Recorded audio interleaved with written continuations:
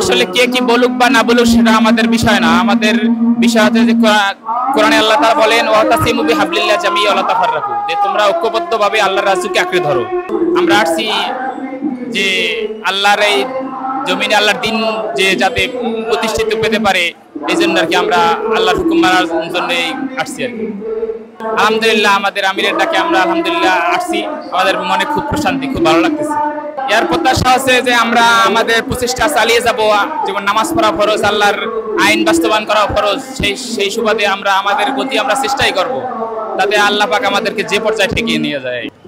আসলে জামাত ইসলাম সম্পর্কে বিভিন্ন মানুষের বিভিন্ন মত বা বিভিন্ন কথা বলে, ওই কথায় কান্না বেরিয়ে আমরা আর কি আমাদের কাজ আর কি আলহামদুলিল্লাহ চালিয়ে যাচ্ছি আর কি।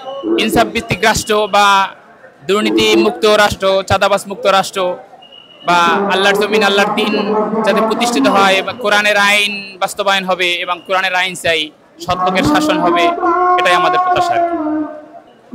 আসলে কে কি বলুক বা না বলুক সেটা আমাদের বিষয় না। আমাদের বিষয় হচ্ছে যে কোরআনে আল্লাহ তাআলা বলেন ওয়াতাসিমু বিহাবলিল্লাহ জামিআ ওয়া লা তাফাররাকু, যে তোমরা ঐক্যবদ্ধভাবে আল্লাহর রাসূলকে আঁকড়ে ধরো। সেই সুবাদে আমাদের একটা সাংগঠনিক কাজ করতে হবে। সেই সুবাদেরকে জামাত আমাদেরকে ভালো লাগছে বা এই সুবাদে আমরা আসলে ঐক্যবদ্ধভাবে মানে জামাত সংগঠনগুলো করি আসলে।